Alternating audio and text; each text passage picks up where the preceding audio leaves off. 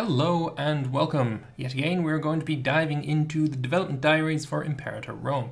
Thanks, Tim, for that suggestion. Anyway, to start off with, we're going to be talking about the monarchies and their heirs, legitimacy, succession crises, and other fun things. Yeah, I like fun things. Anyway, in a monarchy, authority lies with the ruler or monarch. The monarch is close to absolute authority as any ruler can get in Imperator Rome.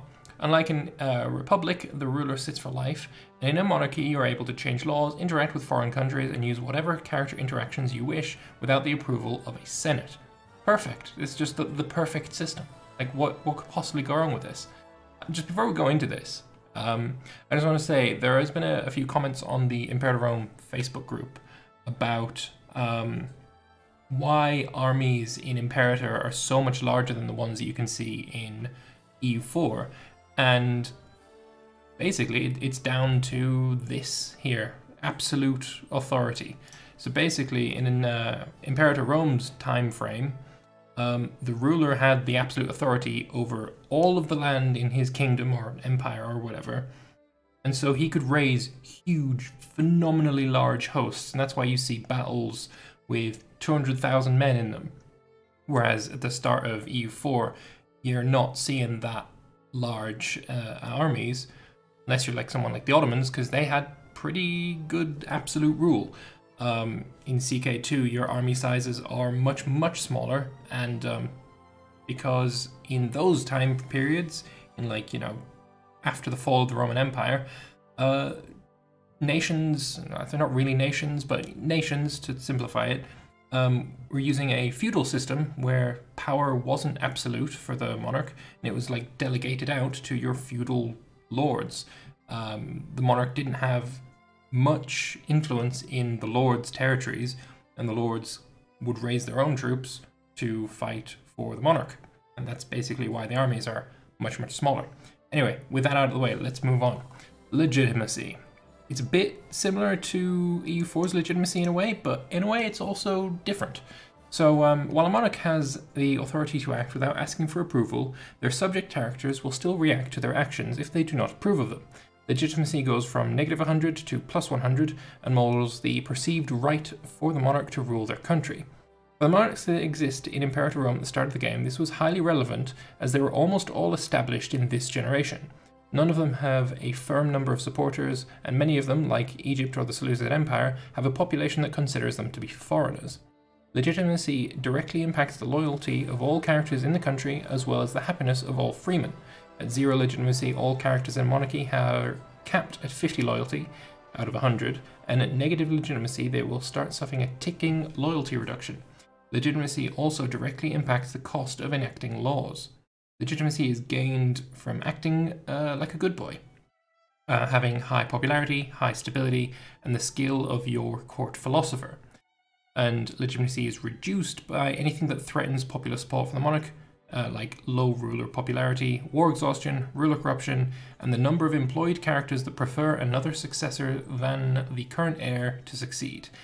And I feel like this is a much nicer way of gaining and losing legitimacy than EU4, for example. In EU4, you've got basically a base ticking legitimacy, and if you're playing the game right, you're probably going to be at 100 legitimacy pretty easily. Whereas here, it looks to be a lot more fluid. Like, everyone's going to have war exhaustion. Like, if you're playing this game and you're going to war, you're going to have war exhaustion, so legitimacy will lower there.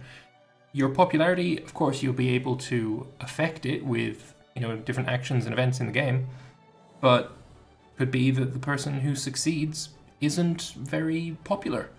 Ruler corruption, just, you know, changing laws and maybe tailoring your empire the way you want, and you'll become corrupt from it. And then this one especially, a number of employed characters that prefer another successor. So if you have a bunch of heirs, and say you are using seniority succession or whatever, and the most senior member of the family, I guess, is obviously the one that would take the throne. He might not necessarily be the most popular one.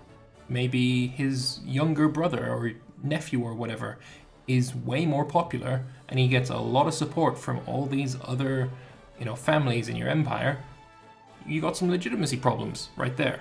So I think, yeah, this is a lot more fluid and more dynamic than in EU4, and I appreciate that. So, moving on to the next part. To help increase legitimacy, you can at any time use government action to strengthen legitimacy by 10 for a cost of 25 civic power and 5 tyranny. If this was just civic power, I would complain, because it's too gamey that you just click a button and boom, you got some legitimacy. The fact that it adds tyranny as well sort of makes me not think that, because if you're very tyrannical, you're bringing in problems of a whole different sort.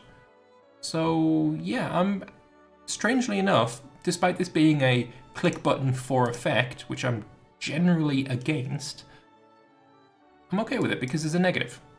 That's all it needs. You click a button to get an effect, just add a bit of a negative, a fluffy negative. There are also various indirect ways, like holding games, increase popularity and therefore indirectly legitimacy. Lovely. So here we've got the government. You can see the oh god, Epiproxenos, the Hierophant, the Philosophos, the Archigrammatius. Oh god, oh what's this one? Archisomatophilakon. I have absolutely no clue what that does, but considering he's got like a little military helmet next to his face, he's probably something to do with the military. God, these guys, these titles, holy shit, I have no idea. Anyway, let's move on to succession laws. In a monarchy, a new ruler is not elected, but will instead inherit power on the death of the old monarch. The method for inheritance depends on which of these succession laws the country follows. The family of the current ruler is always preferred over non-family members. So we've got agnatic. Inheritance is in age order with preference to male children of the ruler. So think of the likes of the German kingdoms back during the reign of the Holy Roman Empire and slightly after. Agnatic conatic, inheritance in age order, rule of the children of the ruler preferred without preference in regards to gender. This is what Great Britain has right now, and this is what they had in the time of Victoria II. So this part here, these two are very much linked in Victoria II, as when Victoria took the throne, Britain was using agnatic cognatic, but they had Hanover as a personal union for ease's sake, whereas Hanover had agnatic, and therefore they did not want to. So they had, it was absolute agnatic, or it's not cognatic. It's the opposite of that one. But basically, they didn't want a female to rule, so they broke away from Britain and elected, I guess, a male ruler instead. Then we have agnatic seniority. The male siblings of the monarch will inherit before any other children. I'm not sure which nation had this, actually. And then Egyptian succession. So children of the ruler preferred in order of age, regardless of gender, so seniority. However, members of the royal family will marry their own family members, including sibling to sibling. So incest is wincest, basically. Now, successors. Successions are not always as easy as described laws would imply. There are many examples of conflicts over who would inherit, sometimes tearing even great and otherwise stable kingdoms apart. In the government view, the four most likely characters in the country to inherit will be displayed at all times, including the current heir, together with their loyalty and the strength of their claim, according to succession law. You can see that right here, the next four. Every character in a monarchy also has a preferred heir out of these four. Most of the time this will be the current heir, but depending on things like friendship, skills, or lack of loyalty, they can prefer one of the other heirs. Any possible successor apart from the current heir will have a ticking negative modifier to their loyalty and will normally do what they can to assemble money and supporters for the day the current monarch dies. Apart from increasing loyalty and attacking the causes for someone preferring another heir, you can ask them to support your preferred heir. As long as the loyalty is at least 50, this drastically increases their support for your current heir at a cost of 25 oratory power. Upon succession, the current heir will become the new monarch with a starting legitimacy of 60 plus 20 times the religious unity in the country. It's further reduced by 2 points for each employed character that supports another heir. So, honestly, this is going to be a case, for me at least, of Oh, I've got a new heir. Now what's my legitimacy? I'm not going to be doing the maths on this every time I get a new heir. Screw that. That's not going to happen. As you can see, the expected future legitimacy of an heir as king will always be shown in the government view. Never mind. Never mind. I don't have to do maths. Okay, let's have a look at this then. Might here or no? No, it must be here. So where would that be? Ah, that must be the number. So the first guy, I can't move my mouse over. This guy's got expected legitimacy of 52, then 45, -9, and 32. Okay, yes, so I don't have to do any maths at all, and nor does anyone else. Fair enough. That's good. They've thought of this. So now, succession crises. The time of succession, if any possible successors that did not gain the throne are at less than 33% loyalty, they'll make their displeasure known by assembling an army of as many loyal troops as they can afford. As this is a loyal army and they are disloyal, you'll be unable to give orders to this army and unable to detach pretenders from it. The presence of these armies is likely to drive the country towards a civil war, either immediately or in the long run. To the end of disarming this threat, you have special character interactions, no pretenders. I don't think this is written right. Encourage deserters, allow you to reduce the pretender army size and make mercenaries. For a large sum of gold, you can send a pretender off to be a mercenary along with their loyal troops. This will eliminate the threat to your internal stability for now. So, for now makes me think that they're coming back. Maybe after, you know, getting a bit more troops to their cause while fighting wars and shit. I don't know. Anyway, now moving on to Persia and the Seleucid Empire. Before Alexander began his campaign in Persia, Persia was the center of the Achaemenid Empire, which stretched from Greece to India. The large region had then been the center of more than one high culture, and its influence on surrounding regions is hard to overstate. With its fall to Greek conquerors, however, the entire region has seen the beginnings of Hellenization. Perhaps more than anywhere else, Alexander the Great founded Greek settlements, appointed a mix of Greek and local officials, and encouraged intermarriage. These Greek settlements, a lot of them are called Alexandria, so I imagine if you're playing in the Seleucid Empire, or anywhere around here, even in Bactria, you're going to have a lot of cities called Alexandria. After the death of the great conqueror, Persia and Mesopotamia has changed hands between different successors multiple times, with its current master Seleucus, I don't know, taking over Babylon from Antigonus from Phrygia, with just a few trusted men not long ago. With a background that would make him a likely candidate for such greatness, not make him a likely candidate, Seleucus has spent the last years cleaning out the satraps left in charge of Greater Persia by Antigonus before running right into another rising dynasty in India, Chandragupta Maurya, the big Indian state. As the game starts, that guy who had previously overrun most of northern India, ending the Nanda Empire, has taken control over the Indian satrapies that were once part of Alexander's empire. The Mauryas now threaten to invade Persia, potentially distracting the Seleucids from the greater conflict with Antigonus in the west. So what Seleucus actually did with this big threat was he basically gave over a large part of his eastern empire. I'm not sure where exactly the borders are for that, but he gave over a large part of land in return for a long-lasting peace and a shit ton of elephants, which was perhaps a good idea. Otherwise, you're going to have to fight the guy. Anyway, Mesopotamia and Assyria. You see the lovely Tigris and Euphrates rivers and just how goddamn fertile this region is. This region is like the birthplace of civilization. The Euphrates and Tigris have been the core of many civilizations and empires, most recently the Persian, Neo-Assyrian, and Neo-Babylonian ones. In many ways, this region remains the economic and political core of the Seleucid Empire. Babylon is where Alexander died, but not where his body stayed. Thanks, Ptolemy. It is not far from Babylon that Seleucus has begun to build his great new capital, Seleucia Magna. Lovely. So we've got here the starting countries of the Seleucid Empire and Andiabeni. And oh yeah, here it is. Exchange for lasting peace and a high number of Indian war elephants, animals that played a decisive part when eventually defeating Antigonus' troops in Phrygia. To start the game, the Seleucid Empire will be faced with a similar choice. They can choose to sign away a large portion of land for a long truce, or resume war with the huge Mauryan Empire in India. I wonder, it doesn't say here, No, they can choose to sign away a large portion of land for a long truce or resume war. Where's the elephants? You mentioned the elephants right here. Please let there be elephants. Anyway, Medes and Persia. Mountains all the way. It's just so mountainous. The Iranian plateau and the regions of Media and Persis was the core of the old Persian Empire. A large number of famous Achaemenid cities such as Ecbatana and Persepolis remain centers of commerce and power here. A large number of Persian soldiers, artisans, and nobles remain the dominant group in a region that they have populated for hundreds of years. The Zagros Mountains that separate Mesopotamia from this region also a great barrier, and with few exceptions, it has been left to fend for itself as the Macedonian grandness struggle for control over the Argead Empire. When Alexander was actually invading Persia, a lot of the tribes here were just, they basically had no idea that they were part of this big Persian Empire because they just did not give a fuck.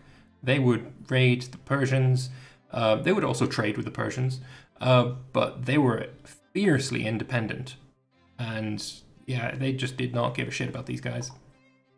I think some of them even joined Alexander's empire, if I remember rightly, or joined his armies to attack the Persians. Don't remember correctly though. In the period preceding the start of the game, Seleucus and his son Antiochus has subdued the governors, satraps, and cities of the region, bringing them under closer control and installing their own loyal men. But Medina and Persis will remain a region that the central power will have to keep a close eye on to keep in line. So starting countries here is just Media, Atropatena. Lovely. All right, well, we shall be moving on to the next one. And it's all about navies. So, in Imperator Rome, there is only one type of naval unit, the trireme. So you don't have your heavies, your barks, your galleys, and your transports. You just have, well, I guess it's basically a galley, but yeah, you just have your trireme, and it can transport troops. It can fight. I don't even know if it can trade. Trade is completely different in this, so maybe it doesn't trade at all. But yeah, only one type of ship. Simple, maybe, but I suppose it works. Ships can only be built in ports. What, you mean I can't build them in a mountain? And ports only exist in predefined locations around the map. Oh, well that's interesting. So you can't just build a port on any coastal province. I like that a lot. You may be kind of surprised to hear me say that, but yeah, I'm actually quite pleased with the fact that you don't have ports on every single fucking province, because that's just not how it worked. You needed first of all for the coast to be suitable for that. If you just have a huge fucking cliff face the entire way across your, city area, you're not going to be able to build ships there, and just big fuck off cliff. Similarly, if there's just lots of ways that the terrain is not going to be favorable for building ships. So yeah, having them in predefined locations might be simpler, but I like it a lot. It means that even if you have a huge coastline, someone with a more suitable for shipbuilding coastline that's much smaller will still be able to outship you. I like it. I like that a lot. That's really good. In our period, and perhaps most of history, the Mediterranean has been a highway for transportation rather than an obstacle to be traversed. The main purpose of a fleet in Imperator Rome is to ferry troops from one destination to another and to stop others from doing the same in your territorial waters. Fleets can also blockade ports in wartime, decreasing commerce and potentially contributing to war score for their side of the conflict. So if you use the naval superiority war goal, that's what that can do. Strengths and weaknesses of the ships can be modified by things like trade goods, military tradition, admirals, inventions, and more. Just like there are army unit abilities on land, there are also unit abilities at sea, so you get to choose one of them before you engage in combat. Ramming tactics gives more offense damage, but less defense. You take more damage, you do more damage. Boarding tactics, you do less damage, but you take less damage. And then raid port, which is going to be quite interesting, steals a number of pops from an adjacent port and turns them into slaves in your capital. I like this. This is going to be amazing if you are... I can imagine Rome being very, very good at this. You build yourself a huge navy and you just declare wars on, coastal people. As long as you have a higher navy, a higher amount of, boats, you just steal pops from them. Imagine you manage to get yourself a larger fleet than Egypt, say, you're going to get so many pops from that. Oh, I'm definitely going to try that. That looks awesome. Naval battles will be somewhat familiar to those who have played our earlier games. When a battle started, every ship will attempt to target an enemy ship to deal damage to. What determines their success is their positioning value, which is derived from their leading admiral with a random element. Positioning is re-rolled every day of battle. In an ongoing battle, bad positioning will result in picking a new target, which if you are unlucky could mean finding no target or even targeting one of your own ships. If a friendly ship is targeted, the ship will always try to pick a new target the next day. It's similar, right? It's similar, but this targeting thing, I don't feel like that's the same. I mean, maybe it is. I honestly have no idea how EU4's naval battles work. You get your big fleet, you put it in the same tile as their big fleet, and then they fight. But yeah, this is interesting. Damage is dealt in a similar way to land battles. Offensive modifiers and dice roll is reduced by the enemy defensive modifiers and dice roll. Further increased or decreased by the specific damage modifiers on either side. Then ships that have no morale left will retreat. Ships that have no strength left will be sunk. No captures. Doesn't say anything about capturing ships though. I would hope that there is capturing ships. Now, pirates. Whenever money is being made, there will also be those that desire to have that money for themselves. Any port that attracts enough trade will also risk attracting pirates. Pirates can appear outside of ports, and the chance they do so is based on how many trade routes the province that the port belongs to has. The chance can be reduced through laws and inventions. Pirate fleet can be at most 10 ships, and will attempt to blockade the port it spawns next to. It's also hostile to all non-pirate navies. Should the pirate fleet be defeated but not destroyed, it will attempt to find another weakly guarded port to blockade. I feel like pirates need to be buffed. 10 ships doesn't seem like a whole lot, considering what we've seen in the dev clashes. I don't see this being a huge negative. Or, I mean, it's a negative, of course, but it's nothing that you really need to worry about. Like, you're probably going to be able to kill 10 ships. I don't know, maybe. And then diplomacy, claims, truces, war decks, and peace will work. So, like many Paradox games before, the difference between a justified war and one with no justification matters in Imperator Rome. So CPs come in a variety of forms, such as claims, supporting rebels, insults. Oh, supporting rebels. A country is always considered to have a CB against someone who supports rebels inside it. I don't know if it's just me or if this is written in a way that isn't entirely clear, but I would love to know your thoughts in the comments below on this one, by the way. Does this mean that if somebody is supporting rebels in your country, you have a CB on them, or if you are supporting rebels in their country, you will have a CB on them? Right? Which way around does this work? I can't tell from this wording. So I would like to pick your thoughts on it. Insults, just as in EU4, guarantee. A country will receive a CB against a country that attacks someone guaranteed by them. This is very interesting because instead of in EU4, when you guarantee someone, they just you get called in when they are attacked. In this, you just get the CB. Their guarantee is a lot less. It's not as strong basically as in EU4.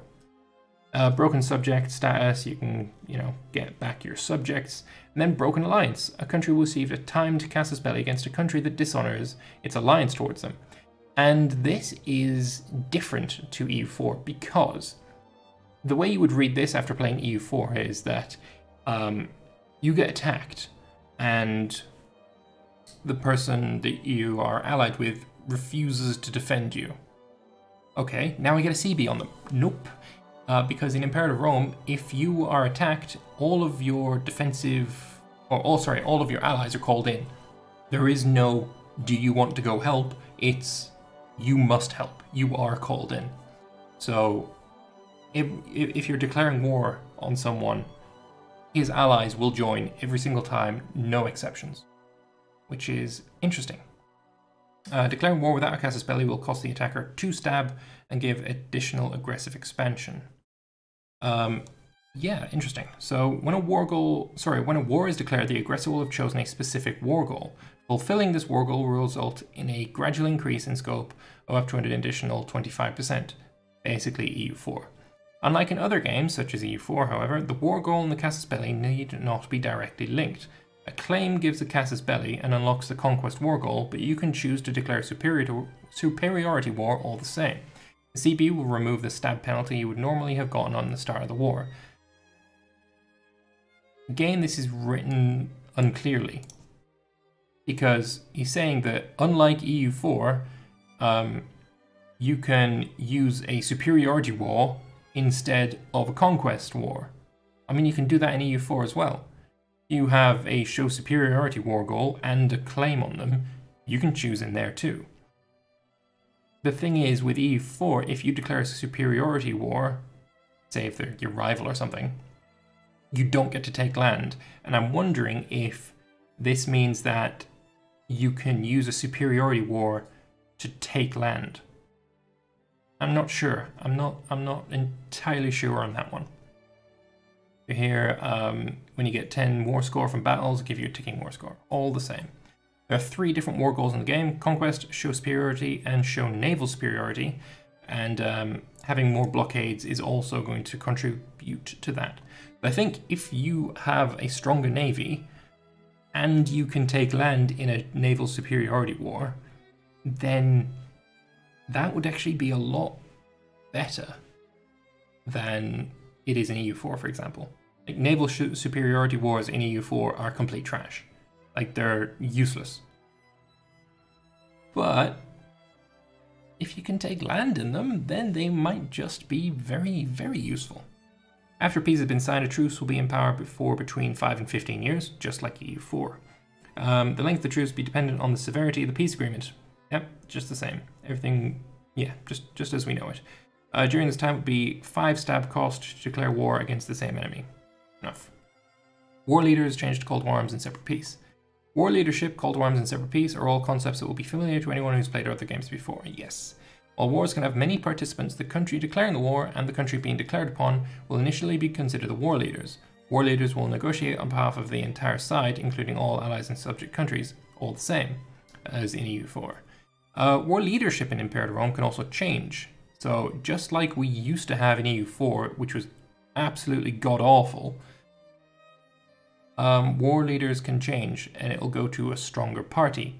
However, a bit different though. If a country with higher max manpower and more provinces than the existing leader joins, then this country will be considered the new war leader and can call its own allies. When this is the case, the war deck interface will warn the country may take over the leadership of the war, and war leadership can only be transferred once. This needs emboldening. This needs to be set in bold and underlined, because this is absolutely important. If you are going to be doing something like this, this has to be in there, otherwise you've got a broken system like we used to have in EU4. But now, because it has this only transferred once thing, then it could totally work. You just need to make this more, like, it's in the same font, it needs to be bolded. Anyway. I wonder though, if you call in an ally that has the same, it has a lower max manpower and lower provinces, but then midway through the war they gain more manpower and they gain more provinces, would they be able to then become the war leader midway through the war and then call their own allies? Because if so, that could be exploited. To further press home the need to choose your allies carefully, make some changes to how alliances function. In Imperator Rome, you will not be able to refuse a call to arms from an attacked ally. If you want to have the aid of another power, you need to be ready to come to their aid. There we go. This is an important change. It's not possible to separate peace as a junior partner until 36 months has passed. Good, I like that. As a junior participant is expected to be involved in order to help the war leader bring the war to completion, rather than using someone else's conflict to expand themselves. And now we've got to go over Bactria and Parthia. Bactria is a very, very interesting country. So Bactria is full of Greeks. It's one of the places that Alexander founded many, many cities. It's got a huge population. And one of the interesting things about Bactria is they actually traded with the Chinese. I'm not sure which dynasty it was, but yeah, they traded with the Chinese, and it's because of Bactria, partially that the Silk Road became a thing. They also went to war with the Chinese. The Chinese were looking for horses because they were being attacked by the steppe nomads to their north, and they saw via trading that the Bactrians had amazing horses. So they tried to trade from them, they said no, and then they went to war for the horses, and they got them. And even today you can see a lot of horse imagery in Chinese art because of these heavenly horses, I believe they were called. So that's just an interesting part about Bactria, and it's going to be an interesting nation to play as well, I think. So then we've also got Parthia here next to them, and then we've got the Dehay region, which is, I don't recognize this area. Oh, it's between Caspian and whatever lake that is, I can't remember. Today we look to the northeast from the region that was under the focus in the last Dev Diary, the successors, and to some extent the Achaemenid Persia. Before them, Parthia and Bactria are on the periphery. At the same time, these are not regions of economical inconsequence. There are ancient cities here, trade ties with the Far East and India, and a culture that has been under influence of Persian and Greek overlordship. At the start of our game, almost all of this region is controlled by Greek satrapies, and while Seleucus and his son Antiochus has recently made sure to root out any local power holders that may not be loyal to the state, they now expect to be left alone. Historically, both satrapies would eventually break free. Bactria would go on to found a Greco-Bactrian kingdom that came to rule large parts of northern India, creating a Greek-Indian fusion, a state ruled by Greek Buddhist dynasty. The Buddhist part is also very interesting because it is believed that the first image of the Buddha, like the first time someone carved the Buddha, was by Greek hands, and there's a lot of Greek influence over the Buddhist religion today because of that. So yeah, Bactria, fascinating. I'm actually going to link a video in the description about Bactria because it is honestly fascinating and you should watch it. Parthia, on the other hand, will be overrun by the Dehay tribes to the north and become the core of the Arsacids Empire, a state that would conquer most of Persia and eventually become a rival of the expanding Republic of Rome. So here we've got Parthia, Bactria, Parnia, Scythia, Xanthia, Pisuria, and Charesmia. So I actually want to read what they've written for Bactria. The other great eastern satrapy under the Seleucids is Bactria, a much richer region than Parthia, in the fertile valley between the Hindu Kush in modern Afghanistan and the Pamir Mountains. Much larger population, and the region is already something of a cultural melting pot of Greek veterans, settlers, Persian bureaucrats, and local Indo-Iranian farmers and city dwellers. Bactria has been described by some as a wild west of its day. Starts as a satrapy subject of the Seleucids. Fair enough. Not exactly as interesting as what I told you, but you know, whatever, it's fine, it's good. Alright, and with that I am going to end this video here. Again, we're only going to be doing 2 Dev Diaries in this one because we're running about a time. So I want to thank you all very much for watching. I hope you've enjoyed this rundown of these 2 Dev Diaries. Please do leave me your thoughts and your feedback in the comment section below, and I will see you guys in the next one. Bye bye for now.